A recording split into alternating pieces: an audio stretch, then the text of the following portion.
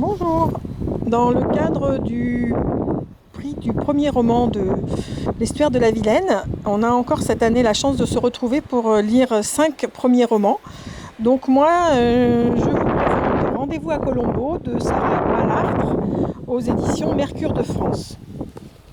Je vais commencer par vous lire la 4e de couverture, comme ça vous aurez déjà une idée. J'écris ce que tous racontent à la première personne. À force d'écrire « je », ces histoires deviennent les miennes. Je suis eux, tour à tour, puis tous en même temps. J'ai vécu des centaines de vies, toutes plus tragiques les unes que les autres. J'ai vécu dans des dizaines de pays.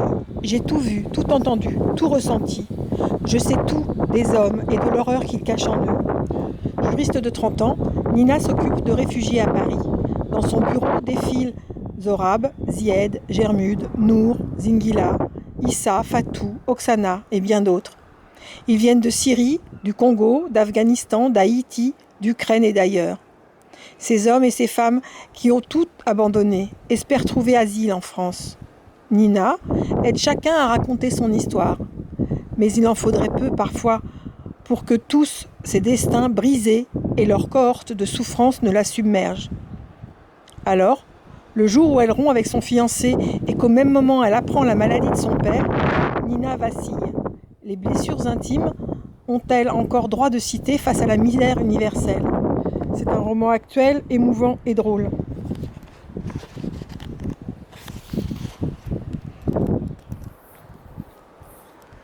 Je vais vous en lire quelques lignes. J'ai rendez-vous à Colombo. Demain matin, 6h20, heure locale. Dans le hall de l'aéroport, devant le bureau de change. L'hôtesse mime les consignes de sécurité. Un peu de rouge à lèvres s'est collé sur sa dent. Le bruit des moteurs assourdit la cabine. L'aération ne fonctionne pas. Des passagers se plaignent et tout à coup, un courant violent dans mon corps. Électrochoc. Qu'est-ce que je fais là, dans cet avion ? Je suis devenue complètement folle ou quoi ? Je pars à l'autre bout du monde retrouver un homme que je ne connais pas ? J'émerge enfin, comme si j'avais passé ces derniers mois dans un sommeil diffus. Étais-je encore vivante ? Est-on vraiment vivant quand on ne ressent plus rien ? Je respirais, mon corps fonctionnait, mais dans ma tête plus rien, le grand vide. Tout était brouillard, fumée. Plus de petites voix, plus de chansons ni de soleil, rien du tout. Une coquille vide. Je déteste cette expression absurde. Les gens disent parfois n'importe quoi. On ne peut pas être juste une coquille. Pourtant, si. J'étais comme ces pauvres petits escargots que je rapportais de la campagne, enfant. Je les mettais dans des boîtes en fer, je les oubliais dans un coin de ma chambre, à Paris. Et des semaines plus tard, je retrouvais seulement des coquilles vides. Plus aucune trace du vivant. Il s'était entièrement dissous.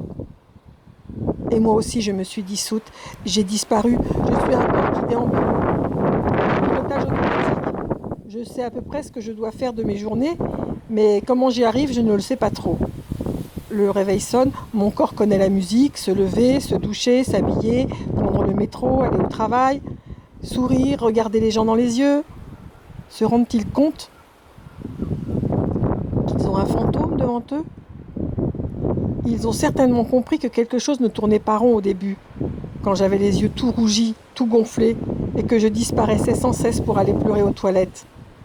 Mais depuis que la vie a quitté mon corps, que voient-ils ? Autour de moi, des amis, des familles, des couples très amoureux. C'est la première fois que je voyage si loin toute seule. Comment ai-je fait pour me retrouver là aujourd'hui ? Quel a été le moment décisif ? Je cherche et je trouve. Je les touche, ces secondes où ma vie a déraillé. Un regard. Il aura suffi d'un regard. Mais non, c'est ridicule. Une vie ne peut pas changer à cause d'un regard, enfin. Et pourtant si. C'était il y a 2 ans. Ma vie était merveilleuse. C'était l'été, tout le temps. Ou peut-être était-ce juste une impression.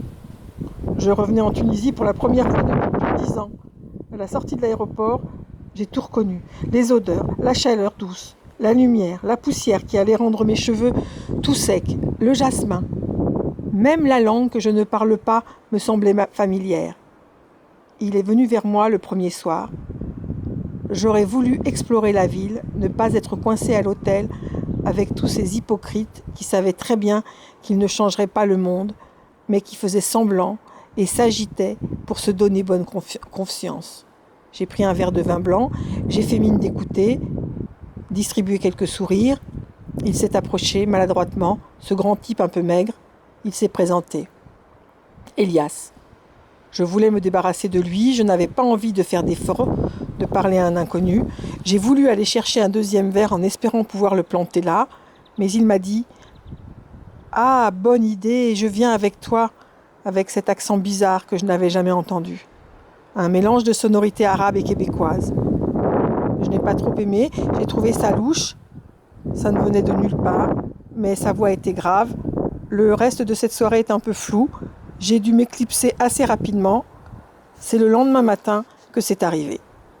Puis là, je vais vous laisser pour avoir le plaisir de poursuivre votre lecture en venant chercher un exemplaire dans un des points, de distribution sur les communes, donc autour de Pénétin, Asserac, Camouel, La Roche-Bernard, Nivillac,